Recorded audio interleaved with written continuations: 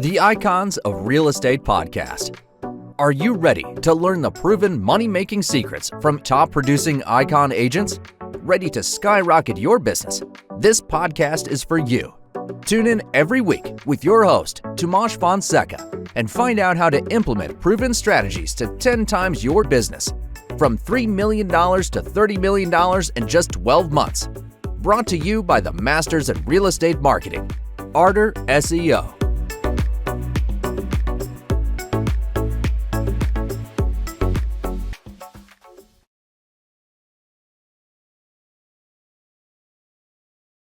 So, welcome to another episode of the Icons of Real Estate podcast, where we bring you the top minds shaping the industry. I'm your host, Karen Roberts, and today we're thrilled to introduce Cam Sullivan. He's an industry leader and the driving force behind the highly successful Cam Sullivan team. Now, he is one of the top real estate teams in the Greater Toronto area. Cam and his team are really dedicated to putting their clients' needs first, ensuring that every home selling experience is stress-free, enjoyable, and expertly managed from start to finish. He has a stellar track record handling thousands of transactions from luxury properties to land development. Now, Cam's expertise is recognized locally, but also across Canada. And he is a top 10 Keller Williams Canada broker. His deep market knowledge and extensive referral network of home professionals ensure that his clients are always in good hands. So welcome to the show, Cam. Thanks, Karen. That was quite the introduction. I'll try to live up to it now. I'm sure the listeners would be ready to hear actually your story, of how you've become so successful. Yeah, excited to chat today and share. Hopefully people find value. So starting at the beginning. So I got into real estate 10 years ago. And at the time I was working in a job in the business sector in private equity. And I wasn't loving what I was doing. And I had bought a house from a Keller Williams agent. And at the time he had said, hey, you'd be great at real estate if you ever wanted to give it a shot. And it was always something that had been in my mind. I always thought it'd be kind of a cool job. But you know what? People had actually talked me out of it. People had said like, oh, realtors are going to go away, right? Like they're going to go the way of the dodo bird, like the travel agent or something like that. So no one's going to use a realtor in the future. So I thought, well, that's not too smart then. I don't want to get into that career. So yeah, I had avoided it. But I came to a point in my job in private equity. I just wasn't happy. Wasn't for me. So I quit and had nothing lined up. Didn't know what I was going to do. And I said, you know what? I'm going to give this thing a shot. And if it works, great. And if not, then, I can find something else. So that was 10 years ago and I'm still here. So it's going pretty good. Something's working then, right? Yeah, for sure. Yeah. Well, you've grown quite a large team. So what qualities do you look for personally when you are hiring agents to join your team? And I suppose, how do you ensure that they align with your mission of putting the client's needs first? Yeah, good questions. And just so the listeners know, like, I wouldn't say large team. We've been up to 5-6 people. Right now, I'm the only one doing sales because in this industry, people come and go. There's very few barriers to entry. And so team leaders really have to focus on providing a lot of value to make sure that people stick around. So that's something we're still working on mastering. But so who do we look for and how do we make sure that they kind of align with our vision? I've tended towards people that I've known a little bit. We've done the Indeed, job posting type of thing, and you get applications. And it's so hard to tell these people that you just know nothing about from a resume. So we've leaned really hard on people we know through our sphere, friends of friends, service providers, just saying, hey, this is kind of the person we're looking for. Who do you know that fits that bill? And then doing a really longer interview process. Our company is great. It has tons of resources and tools that really help you do things that you maybe have never done before. Like, I'd never hired people before. So they said, hey, here's kind of the playbook for hiring someone and the process you want to go through. And it's a couple interviews and it's a lot of time. And I've had some candidates say like, is this ever going to end? But it's worth it to invest that time up front to make sure that you're getting a great person, right? Like they say, hire slow and fire fast. So you want to make sure that you're investing the time up front to make sure that you get the right person in the seat, because it's way more time consuming and costly if you've got the wrong person than if you take the time to find the right person.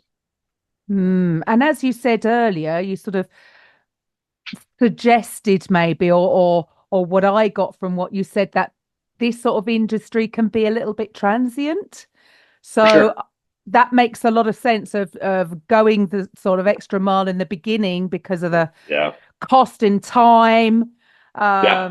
sort of putting all the training into somebody that might not stay. So Yeah. with your experience, I mean, Mhm. you've handled quite a few transactions, right, already. Yeah. Yeah. How do you mentor or guide your team members so that they can have the same level of success? You did say right at the beginning that you were the only one doing the sales, but are you Yeah. looking to sort of expand on that? So how would you Yeah. do that? Yeah, 100%. Yeah, we're looking for realtors to hire. We've had a lot of new people reaching out these days, which the industry in our area right now is slow, and I think there's people that are newer to the industry that are hurting. So there are a lot of new people reaching out, but we're really looking for more of like a partner, like someone with experience to come on as a senior kind of sales rep. So that's kind of our focus right now. And then in terms of how we've trained people in the past, it's been a lot of, let's do it together. Let's, watch how we do it, listen to how we do it. Let's go on appointments together. Afterward, let's talk about it. And then I explain, here's what I was trying to do on the appointment. I was trying to make it fun, make it a great experience for the client, reassure them that they're making a good choice, right? Like these are millions of dollars that people are investing.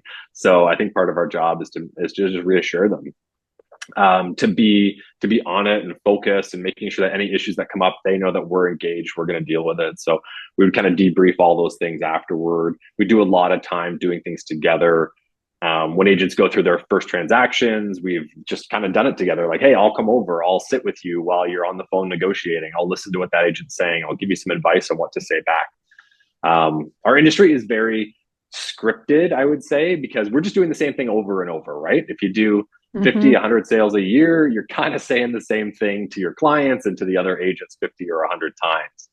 And I don't say scripted in like a bad way. It's just that you're going to repeat the same things. So learning those things that you need to ask, those things you need to say in those situations are super important. So we've done a lot of it by just shadowing and working together, and then allowing people, when they feel comfortable, to go off and start doing it on their own. So I suppose what I'm hearing there is, yeah, you've got to have some kind of a process to follow to make sure that you're not missing out on anything. So as your team continues to grow, what makes the Cam Sullivan team an attractive place for agents who are looking to take their real estate careers to the next level? Yeah, that's a good question. What makes it attractive? I mean, our goal is to be one of the leaders in the industry, that's for sure. So if that aligns with your vision, if you're saying, hey, I want to do everything I do with excellence, then I think we're already on the right path.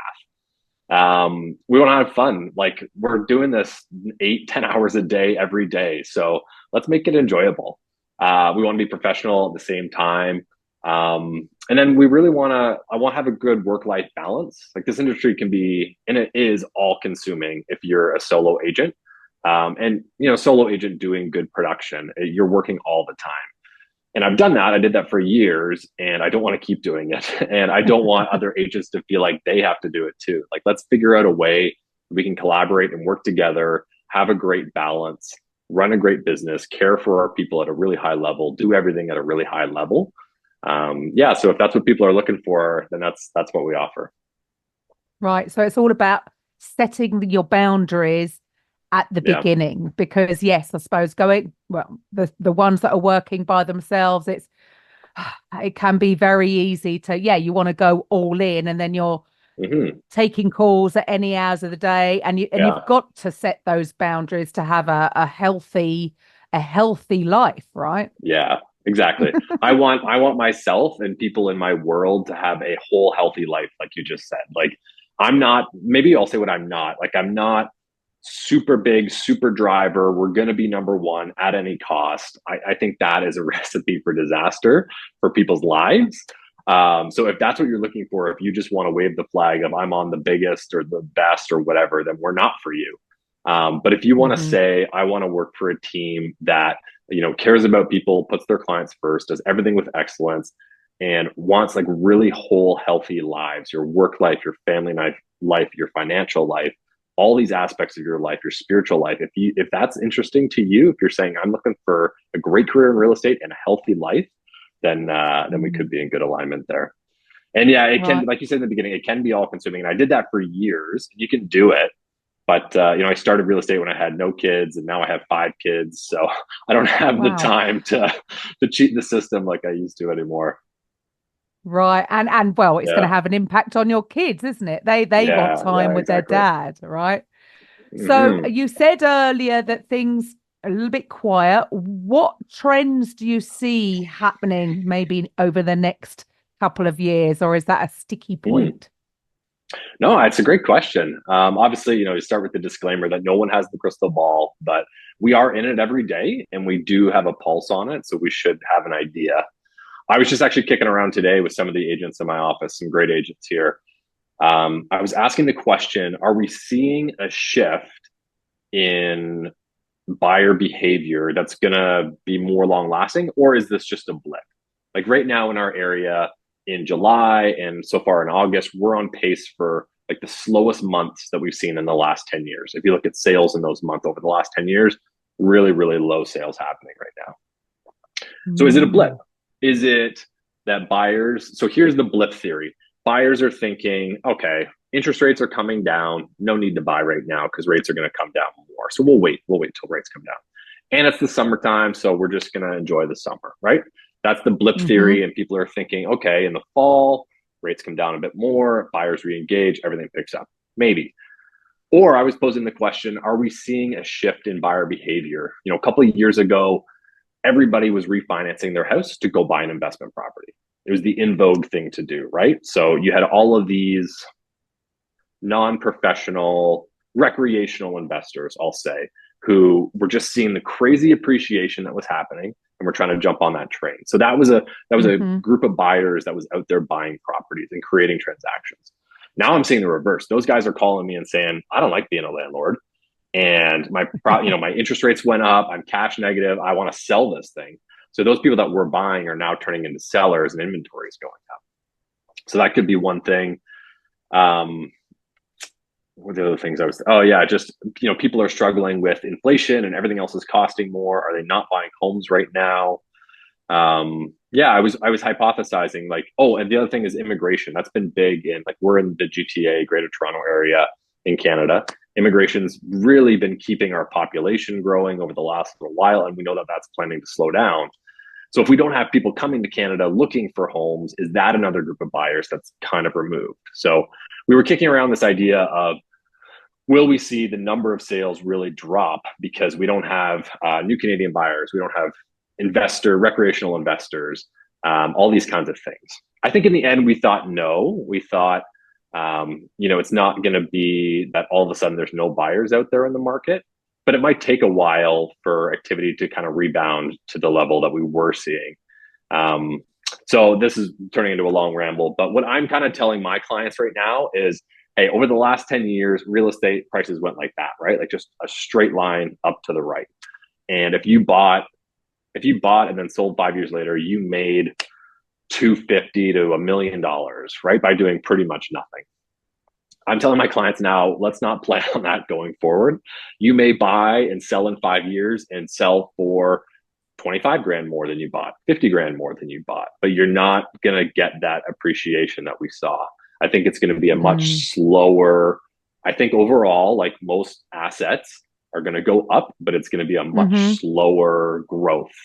I think we're kind of entering that phase of the real estate market. We were in a really hot, really rampant appreciation phase, and I think we're entering into a slower, steadier phase of real estate. Right. But it's still good to invest, right? 100%. Yeah. Like anything, any asset is going to go up over time. And I've heard amazing presentations by some mortgage representatives and everything that really have convinced me that real estate's one of the best assets to invest in. You know, if you go to a bank and said, I've got 100 grand, I want to invest in this business, the bank's going to say, well, good luck with that. We're not going to loan you money to go invest in a risky business. Or I've got 100 grand, I want to invest in the stock market. They're going to say, great, good luck with that. We're not loaning you more money to invest in the stock market. If you go to the bank with 100 grand and want to buy a house, great, here's $400,000 more, right? Like banks are betting on this as a solid investment. And I believe over time it will be amazing. You know, it's a leveraged asset that will go up. So yeah, strategies are just going to have to change. Investment strategies, home ownership strategies, all that kind of stuff. Right. And so for you, you know, the last year, so what was your production like last year? Yeah, so in the last year, in the last couple of years, we've been around the 50 unit per year mark, which puts us right around, depending on the year, anywhere from 750 to $1 million in gross commission income, which has been great. And yeah, it's been, you know, a great place to be. That's where we've been the last couple of years. And so where I would like to go, what I've coined this next phase is kind of the road to 100. We've done the 50 sales a year thing, and the next marker to me seems like 100. And to get there, that's a whole different ball game. That's personal growth, leadership growth, team growth. Like I can't do that myself. I don't want to try to do 100 sales myself. So that's got to be learning leadership, succeeding through other people. So that's where this whole drive to hire great people is from, and to kind of grow and learn those skills as well. I mean, that's a big jump. So yes. Yeah. So this is why you're looking to grow the team. But do you have a specific plan other than just sort of growing your team? Do you have another plan to actually reach that goal of doubling? We don't have the majority of the growth, I believe, will come through people and growing the database that I work with as well. Like I put in my notes for the podcast that most of our business comes through a database that I've built and cultivated over the last 10 years. And I think I need to grow that database in its size and quality a little bit in order to be able to support this team of 100 or this team of 100 deals. But it'll also come through bringing in people and, you know, helping them cultivate their networks, helping them prospect through open housing and social media. So most of the growth that I picture would be through people, and then some of it through my own sphere as well. Right. And have you seen a change in the last few years for actually finding new clients, right? With the emergence of people are using a lot of social media now, with the emergence of AI, have you seen anything shifting in that way? Yeah, good question. I've dabbled in a lot of different lead generation prospecting methods over my career. I started like a lot of agents knocking on doors. I think realtors think we're personable people. Let's get out there and meet the neighbors. So I did that. I tried cold calling as well for a while, web leads as well for a while, social media. The one constant has been developing and working my sphere, but I've tried other things. And here's what I've learned. They all work. All of them work. And what happens with realtors is we all get shiny object syndrome. And, I was out there door knocking. I started my real estate career December 5th, 2014. And I door knocked through the freezing winter, because I was brand new and I needed to. And then you start getting some sales and you get busy, and all of a sudden the summer came and I was out there in a suit and tie and it was blazing hot. And you think, you know what, maybe cold calling's the thing to try, right? You're in a nice air-conditioned office. Maybe that's the thing to do. So you try cold calling for a while. And then you think, man, these cold calls, I got to talk to 100 people to get 2 leads. I should just try web leads, right? Those are people that are looking for real estate. So you try that. And then after that, you say social media. That's the thing to do. So I find realtors can't stay focused and they bounce around. And I think that's a huge error. Like if I was to go back and tell my beginning real estate career self something, I would say, pick something and stick with it, because it all works.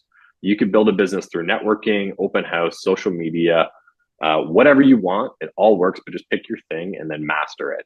And that's what I would go back and do. Great advice. So Great advice. To your question of have I seen changes, I don't track it that closely because what I really do is I've got a database of about 750 people, and I keep in touch with them every couple of months and ask them about their life, care about them, put them first.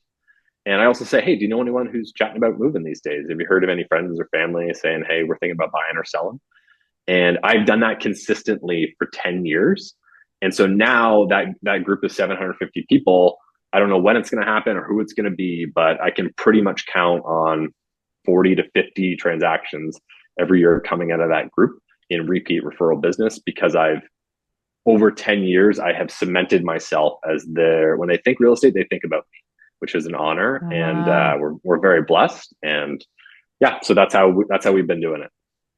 But that takes work. I mean, it is all about, and I think that this is the issue these days, is that it's almost like people think they're going for a quick result because there's all these different ways of getting leads. But actually, what you've just shared right there, the root thing is about building strong relationships, because we're realtor or not, in any business, you're selling human to human. And I think some people can sort of almost forget that part, and that the real foundations of the success of your business is around building relationships. So it sounds like that's why you have been successful, because of the last 10 years you've spent your time on that one thing. So it's working, right? Yeah. So 100%. Great advice there. Thank you. Yeah, I think I thought when I was doing those things, and I think you hit on this, that we think that it's going to lead to immediate business. You're going to knock on someone's door or cold call them, and they say, yeah, we're thinking about selling, come on over, and you sign the listing next week. And I think that's what I thought I was doing. But what it actually turned into was you met someone that said, yeah, we're thinking about it in the next year or two. And then I just kept in touch and built the relationship. And maybe it took 5 years, but I had built their trust over those 5 years. And so when they did go to sell, they eventually did use me. And I think people get caught up in they think it's going to be now, and they get frustrated if it's not, and then they keep moving on looking for the now business. But like you just said, the real successful people have built long-term relationships, and I think that's where the success is. Yeah, people are trying to get the instant gratification, aren't they? In all areas, not just real estate. I think that's the standard thing, and the bottom line always seems to come back to, come on, you've got to build these relationships. So great advice there. Thank you for those tips. So I suppose I've got the one last question, which we ask everybody on this show, because look, Icons of Real Estate Podcast.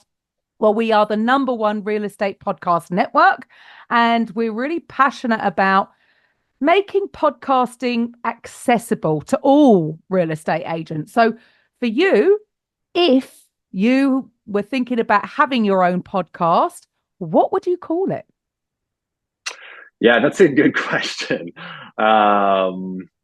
It's something we've hit on a couple times in this conversation. I don't know exactly what it would be, but it would be around the theme of excellence, maybe chasing excellence or pursuing excellence or something like that. Like that's really always been pursuing excellence. Love that. It's really always been in my head in anything I've ever done. Like, how do I do this and have it be excellent? Have it be the Disney level, the Ritz-Carlton level experience for people.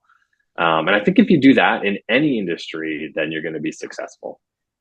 Absolutely. If you're constantly striving for excellence, you're going to get at least close, right? If you every single day you're striving for that. So great name. Thank you. So what should the listeners do next? Where can they reach you? How can they get in touch if maybe they're an agent and then they would like to be part of your team? How do they get in touch? Yeah. Instagram is probably the easiest place. Our handle's Cam Sullivan Team. Email is the same, cam@camsullivanteam.com. People can email me anytime. Realtors aren't hard to find. Our phone numbers are all on our websites. We're all terrified if our cell phone's not there, no one's going to call us. So people can reach out. Always happy to help. Happy to share any advice or wisdom. Or if someone's looking for an opportunity, we'd love to chat about that too. Brilliant. Well, Cam, thank you so much for your time today. And to the listeners, we will be back soon with another episode of the Icons of Real Estate podcast. Bye for now.